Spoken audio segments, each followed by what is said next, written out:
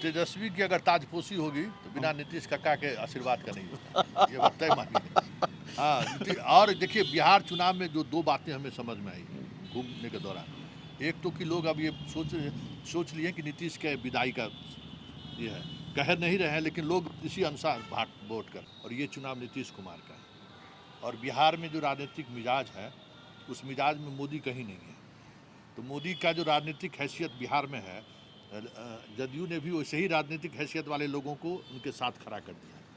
BJP वाले जो भी कह रहे हो, देश के प्रधानमंत्री ने 2015 में अपनी ताकत देख चुकी है बिहार में कि वो जब लड़े थे तो उनकी क्या स्थिति हुई थी। जितनी सभा नहीं हुई उससे कम, जितनी सभा उन्होंने की उससे कम सीटें वो जीत पाए। जबकि ज़मीन पर हकीकत यही है कि लड़ाई में बीजेपी इसलिए है कि नीतीश कुमार उनके साथ, और इस सत्य को वो समझ रहे हैं। इसलिए इस बार कमल का फूल लेकर घूमने वाले नहीं थे। ये भी समझिए, इस तरीके से भी उन्होंने संदेश दिया है कि आपका चुनाव नहीं, चुनाव मेरा है। आप आए हैं तो हम अपने पार्टी के एक नेता को भेज दिए हैं, जाके आपके साथ रोड शो करते हैं जी। आप कमल का फूल खिलाते रहिए, जब तक नीतीश आपके साथ है तभी तक कमल का फूल है। और ये बात हर कोई समझ रहा है। ये राजनीतिक तौर पर भले दिखाने की कोशिश, देखिए एक बात और हमें समझ में आई कि इस बार मोदी और शाह उम्मीदवार के रूप में क्यों नहीं घोषणा कर रहे नीतीश कुमार। एक तो है कि कुछ दिनों के बाद अगर उनको बदलने की इच्छा हुई या कुछ ऐसी चीज़ें हुई या फिर परिणाम क्या आता है इसको लेकर ये है। लेकिन इतना तय समझिए कि इस बार के चुनाव में इनको समझ में आ जाएगा कि बिहार मतलब नीतीश कुमार और नीतीश मतलब बिहार इनकी कोई राजनीतिक हैसियत बिहार में नहीं है। इनके नमस्कार, आप देख रहे हैं 4 PM और मैं हूं अभिषेक मिश्रा। देखिए, कल प्रधानमंत्री नरेंद्र मोदी का रोड शो था और एक रोड शो और हुआ था 2024 के लोकसभा चुनाव के दौरान पटना में प्रधानमंत्री नरेंद्र मोदी का रोड शो हुआ था। दोनों रोड शो की तुलना करेंगे तो उस रोड शो में प्रधानमंत्री नरेंद्र मोदी के साथ बिहार के मुख्यमंत्री नीतीश कुमार नजर आए थे, उस रथ पर सवार नजर आए थे जिस रथ पर प्रधानमंत्री नरेंद्र मोदी सवार थे। और सिर्फ रथ पर सवार नहीं थे, नीतीश कुमार के हाथों में कमल का फूल भी था। भाजपा का जो चुनाव चिन्ह था वो नीतीश कुमार ने अपने हाथों में थाम रखा था। तब भी बिहार के राजनीतिक गलियारों में तमाम तरह की चर्चाएं हुई थी। कल का रोड शो इसलिए अलग था क्योंकि 2024 वाली तस्वीर नहीं थी। नीतीश कुमार नहीं थे प्रधानमंत्री नरेंद्र मोदी के साथ, बल्कि ललन सिंह थे। क्या यह सामान्य घटना है? यह ठीक है कि यह बात कही जा रही है कि नीतीश कुमार की चुनावी व्यस्तताएं थीं और उनको कहीं और चुनाव प्रचार में जाना था, रात्रि विश्राम था।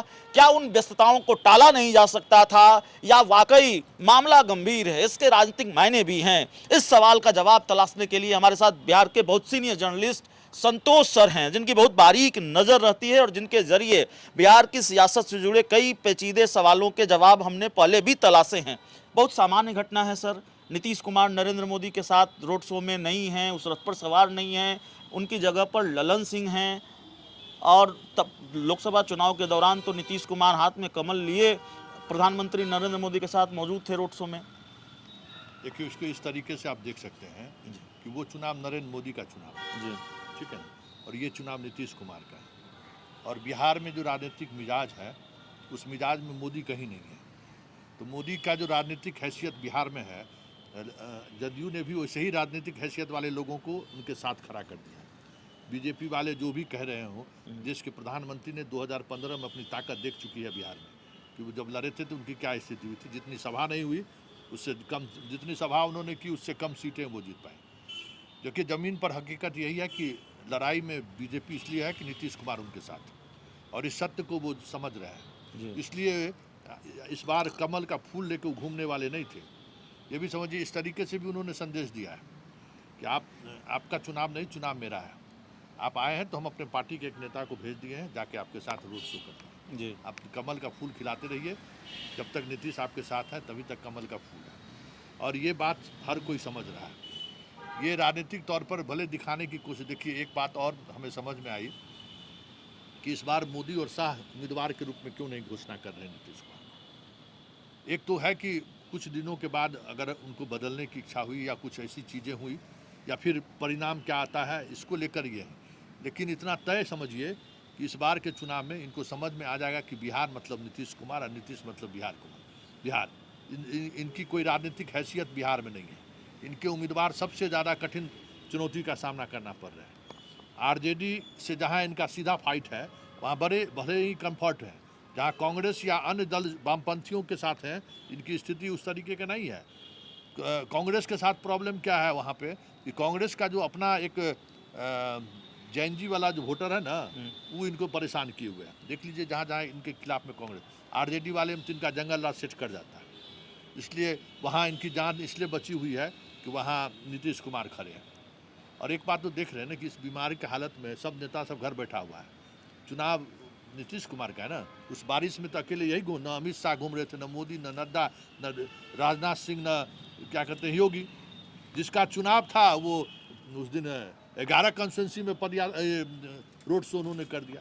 तो ये चुनाव नीतीश का है, ये संदेश उसने दे दिया है कि ये चुनाव आपका तो नहीं ये है। चुनाव नीतीश का है क्या? ये एक सवाल और है, ये चुनाव इंडिया बनाम एनडीए का है या ये चुनाव जेडीयू बनाम बीजेपी का है? आप जो बता रहे हैं कि भाई एक तरह से बीजेपी को उसकी हैसियत बताई है, नरेंद्र मोदी को उनकी हैसियत बताई है कि भाई आपका जो कद है, आपके चेहरे की जो चमक दमक है, उसी हिसाब से हमने आपके रोड शो में नेता भेजा है।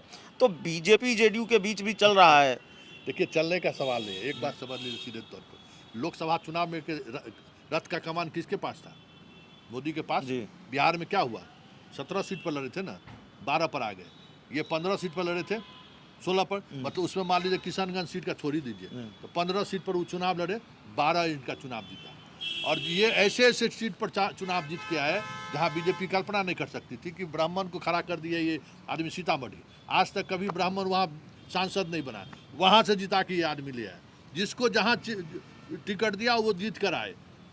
और दिखाया, इन्होंने ये भी दिखाया है कि आपके जितने उम्मीदवार हारे वहाँ हमारी जो महिला वोटर है, भले 5 किलो अनाज की बात करते हैं वो नहीं निकली, तब आप आरा हारे, काराकाट हारे, औरंगाबाद हारे, सब जगह जहाँ हारे आप, जहाँ मेरी जो महिला वोटर है वो नहीं निकली।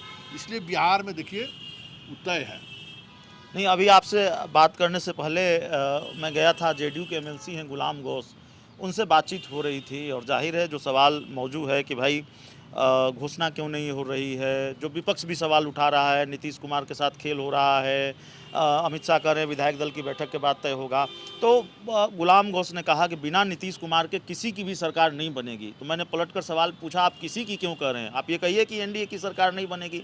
नहीं, उन्होंने कहा कि नहीं, किसी की सरकार नहीं बनेगी। ये उधर वाला मामला भी है क्या? उधर भी देख रहे हैं क्या नीतीश कुमार, या उधर से लोग नीतीश कुमार की तरफ देख रहे हैं क्या? तेजस्वी की अगर ताजपोशी होगी तो बिना नीतीश काका के आशीर्वाद का नहीं होता, ये बात तय मानिए। हाँ, और देखिए बिहार चुनाव में जो 2 बातें हमें समझ में आई घूमने के दौरान, एक तो कि लोग अब ये सोच लिए कि नीतीश के विदाई का ये है, कह नहीं रहे हैं लेकिन लोग इसी अनुसार वोट कर रहे हैं। और दूसरा जो उनकी ताकत है ना महिला, वो महिला अभी किसी का कुछ सुनने वाला नहीं है। इसलिए इस बार के चुनाव में देखिए 2 चीज़ें बहुत फैक्टर काम कर रहा है। एक जो 18 साल के बाद वाला जो वोटर है वो, और दूसरी महिला। और हम मीडिया वाले को दोनों के पास प्रवेश नहीं है, वहाँ हम दोनों जगह नहीं जाते हैं, इसलिए वो करंट समझ में नहीं आ रहा है।